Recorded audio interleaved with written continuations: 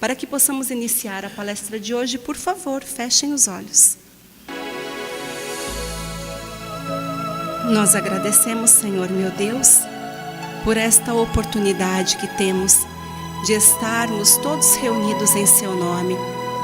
Também agradecemos pelos irmãos que estão nos lares, em comunhão de pensamentos e sentimentos, imaginando o Mestre Jesus radiante entre nós. A paz vos dou, a minha paz vos deixo, amado Jesus, esteja conosco, esteja em nós. E desta maneira, Pai, eu solicito a permissão de receber as inspirações de meu mentor Erasmo Gurgel em mais este trabalho, que tudo transcorra com paz e muita harmonia. Graças a Deus, graças a Jesus. A palestra de hoje tem como tema como e onde adorar a Deus. Nós trazemos o livro Evangelho segundo o Espiritismo na sua introdução, e Kardec nos esclarece que a Samária, ela foi destruída e foi reconstruída várias vezes. Os samaritanos, eles estavam sempre em guerra com os reis de Judá. Para não ir a Israel para celebrações religiosas, eles até construíram um templo próprio e também adotaram algumas reformas. Eles admitiam apenas o Pentateuco, que são os livros que contêm a lei de Moisés, e rejeitaram todos os outros livros. Por tudo isso, para os judeus ortodoxos, os samaritanos eram considerados um povo herético. Por este motivo, eles eram rejeitados e também perseguidos. Eles tinham, a origem das suas crenças eram as mesmas, mas apesar disso eles brigavam por divergências religiosas. Erasmo diz, é fácil compreendermos tudo isso se nós admitirmos que até mesmo no nosso núcleo familiar existem pessoas de outras religiões. Então, sendo todos cristãos, eu sou espírita, todos os meus familiares são católicos. Os meus pacientes, em grande número, são evangélicos. Portanto, na sociedade, nós nos deparamos com cristãos de diferentes religiões e, infelizmente, em muitas ocasiões, nós temos divergências religiosas.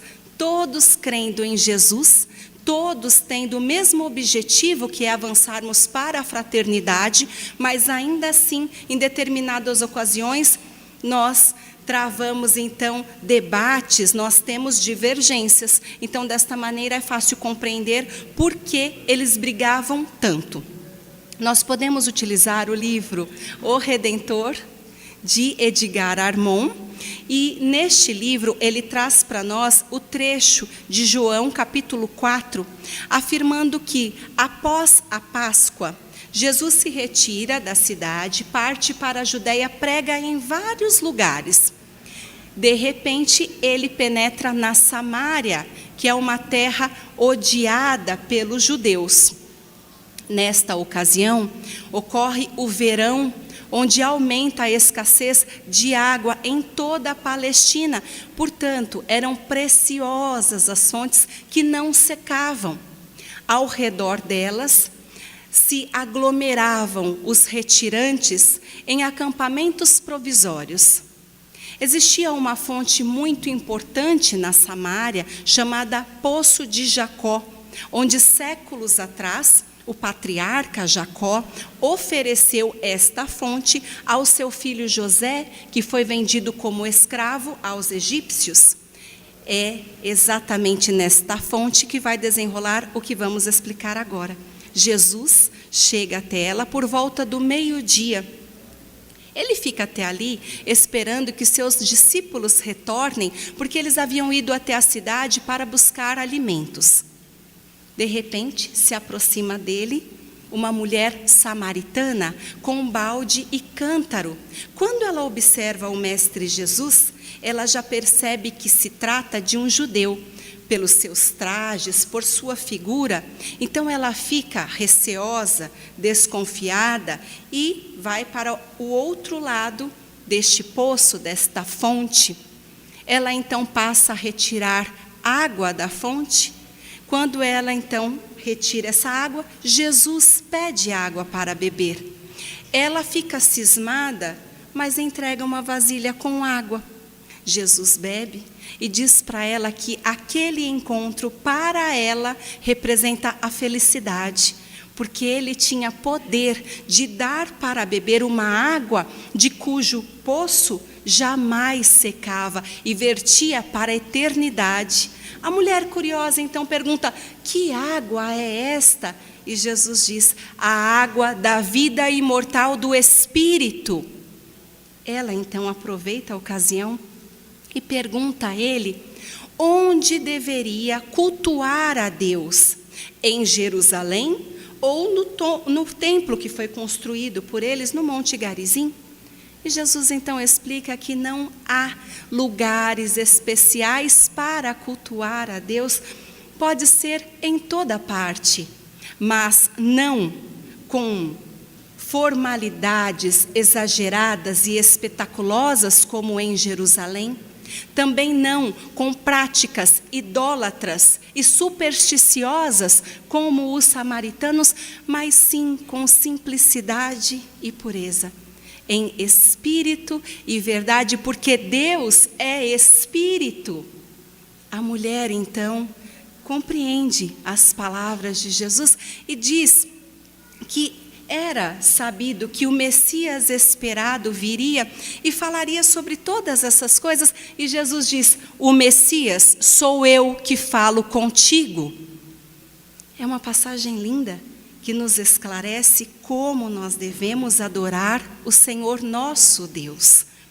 Mas nós ainda temos informações de que a água viva é o alimento espiritual para desenvolvimento moral do espírito, é o Evangelho, é a doutrina de Jesus, esta água que nos abastece, que pode nos enobrecer e pode nos guiar pelos caminhos da vida. Esta é a água viva que nos concede a imortalidade, porque nós encontramos Jesus a partir desta água.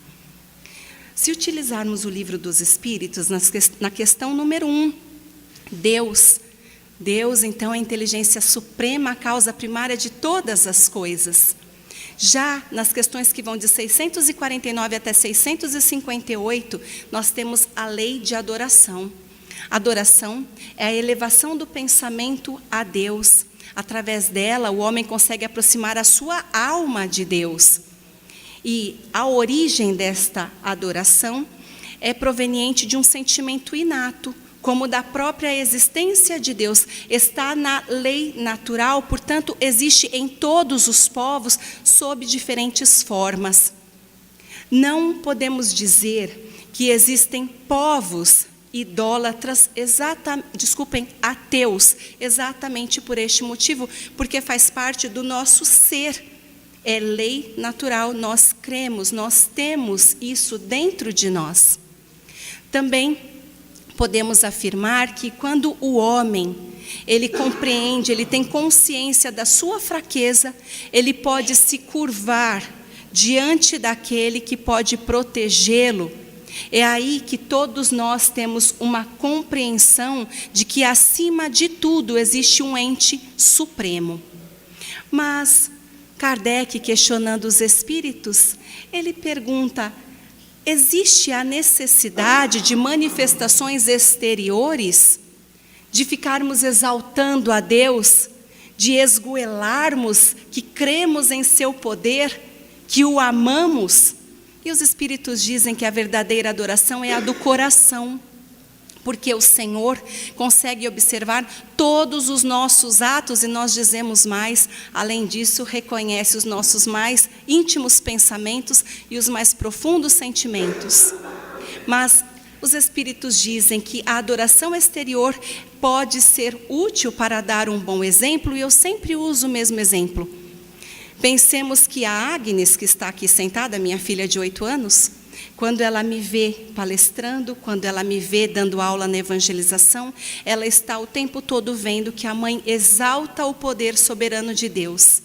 Então, este tipo de manifestação exterior pode ser útil para minha filha, porque ela já compreende o quanto esta adoração é importante para nós, o quanto esta fé nos move, nos motiva, nos encaminha para o Senhor e nos faz ser servos de toda a sociedade, nos faz ser pessoas melhores para nós e para os outros. Então, este tipo de adoração, onde ela vê o meu exemplo explícito, é útil. Porém, os Espíritos dizem que aqueles que fazem tudo isso apenas por afetação e amor próprio, eles estão desconsiderando a piedade com o seu próprio proceder. Estes mau exemplo dão e nem imaginam o mal que causam. Kardec também diz, como adorar? E os Espíritos dizem, vocês devem adorar do fundo do coração, com sinceridade, fazendo o bem, evitando o mal a todo custo. E falou que isso tudo é muito melhor do que aqueles que julgam que as cerimônias são importantes, quando de fato não se tornam melhores para os seus semelhantes. Ainda dizem que aqueles homens que são orgulhosos, invejosos, implacáveis com os seus semelhantes, aqueles homens que são extremamente ambiciosos pelos bens materiais, estes podem até dizer para todos que amam Jesus, mas a sua religião está apenas nos lábios, não chegou na sua alma. Então eles falam que aqueles homens que conhecem a verdade serão 100 vezes mais culpados pelo mal que fizeram. Até ele, o nosso Deus, não chegam as palavras, os cânticos que não passam pelo coração. Kardec ainda questiona, mas e aquelas pessoas que praticam religião que não crê? Ora, pensemos, em determinado caso, eu me apaixono por um homem que é proveniente de uma religião evangélica, mas eu sou católica, mas nós nos damos tão bem. Eu penso em me casar com ele e ele já me aceitou, mas para isso eu preciso me converter. Eu preciso me batizar e me tornar uma evangélica, só que eu sou católica. E os Espíritos dizem que se é para respeitar e não escandalizar os outros, isso tudo é respeitável. Isso tudo tem um bom proceder, se é para respeitar estas crenças de toda a família. Mas eles ainda dizem que se isso tudo é feito, tem um bom proceder e é muito melhor do que aquele que ridiculariza a religião do outro por falta de caridade. Nós precisamos respeitar as religiões de todos os nossos irmãos, independente da linguagem que eles usam. Se são cristãos, se é uma religião que encaminha para o bem, libertemos uns aos outros, para que cada um de nós possa seguir o caminho que acha mais favorável, o caminho que conduz a Deus. Eles ainda dizem que se essa pessoa pratica determinada religião como uma forma de ambição e interesse, se ele pensa em lucrar de alguma maneira com isso, com esta prática religiosa, ele é desprezível aos olhos de Deus e de todos os outros homens. Kardec ainda diz, mas e se nós estamos reunidos numa comunhão de pensamentos e sentimentos? Fala desta adoração, que é uma adoração conjunta. Esta adoração tem mais força para atrair os bons espíritos, mas ela não será mais valiosa do que a adoração particular de uma pessoa que está em sua casa, não pode vir aqui para o salão conosco. Então, esta pessoa que faz o seu evangelho no lar, sozinha, ela clama a Deus, chama os bons espíritos no seu lar, será tão valiosa quanto esta nossa reunião, porque cada um pode adorar a Deus pensando nele. Os espíritos ainda esclarecem sobre a vida contemplativa, que é quando as pessoas apenas pensam em Deus. Quando eu estava estudando, aí eu falei, mentor, mas vida contemplativa? Ele me mostrou uma imagem. Pensemos então de alguém que está no mosteiro. ele contempla a Deus. Se ele não executa ações de caridade, podemos considerar isso que os espíritos vão explicar agora. Se eles não fazem o mal, poderiam achar que já têm o seu lugar no céu. Mas não fazer o bem já é um mal. São inúteis, porque Deus não quer que fiquemos apenas pensando nele e por isso nos impôs deveres a cumprir. E aí eu disse, basta, já me mostrou a imagem de alguém no mosteiro? Mas não parou por aí, meus irmãos.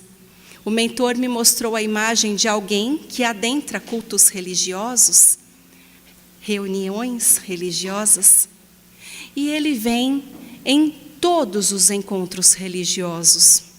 Muitas vezes senta-se e quando nós observamos, parece que é uma pessoa que está prestando o máximo de atenção, mas os espíritos sabem que ele está com a cabeça em outro lugar.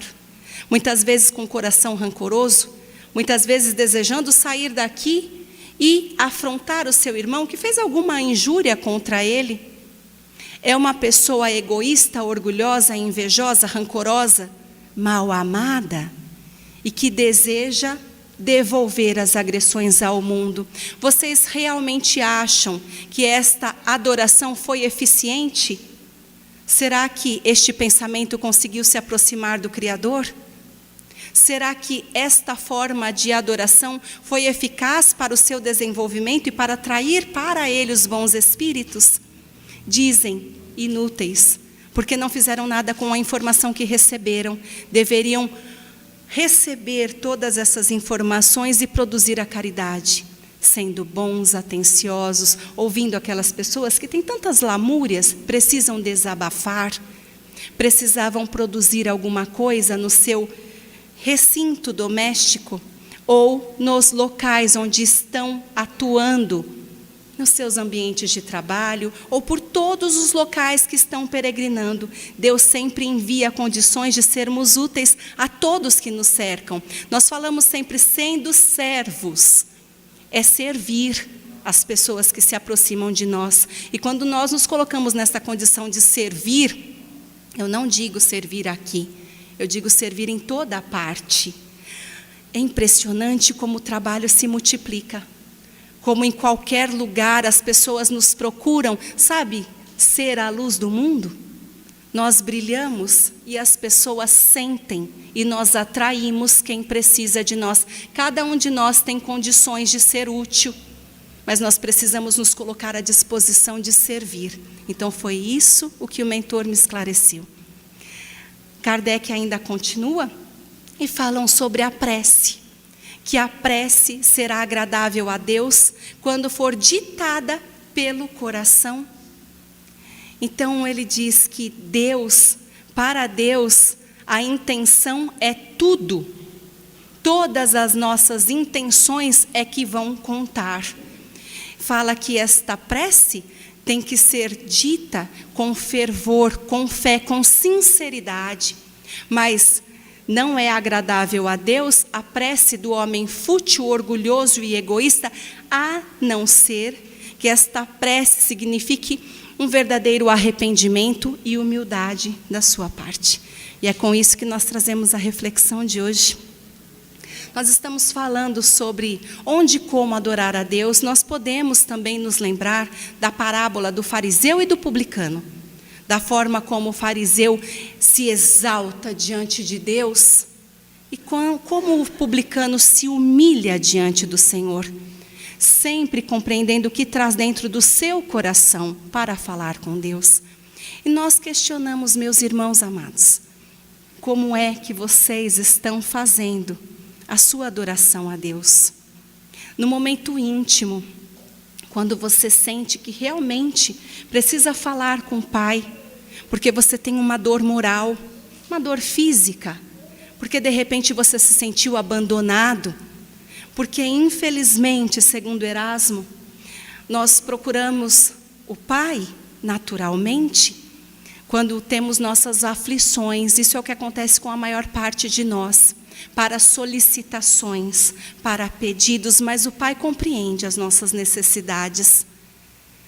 como é que nós nos inclinamos para Deus? Como fariseu ou como publicano? Batendo no peito, dizendo: Senhor, tende piedade de mim, porque eu sou pecador.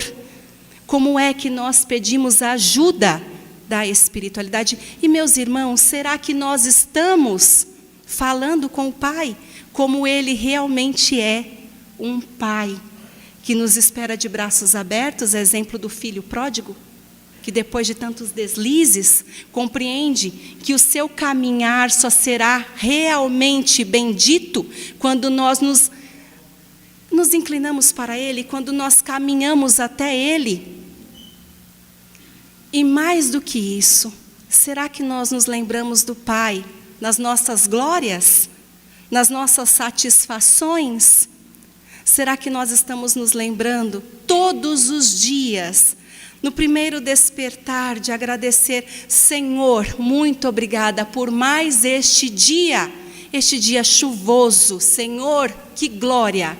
Este dia frio, Senhor, que glória. Este dia onde eu terei que trabalhar intensamente, Senhor, que glória. Estes joelhos que doem tanto, Senhor, que glória. Porque estou tendo a oportunidade de me redimir diante de tantos erros. Então é isso, meus irmãos. Nós agradecemos muito pela oportunidade que nos foi dada nesta noite. Para que possamos finalizar esta palestra, por favor, nos acompanhe nesta prece.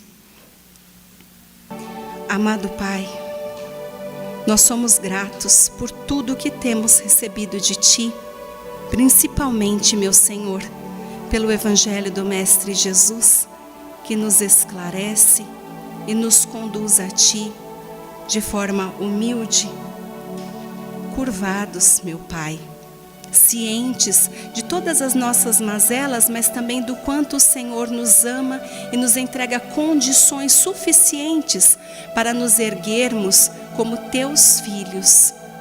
Nós agradecemos também a todo o grupo espiritual que nos inspira insistentemente a seguirmos o Mestre Jesus como servos ativos neste mundo que precisa de servos ativos. E eu agradeço humildemente ao meu mentor Erasmo por mais este trabalho. Pedimos apenas, Pai, paz, fé e esperança. Graças a Deus, graças a Jesus. Muito obrigada a todos.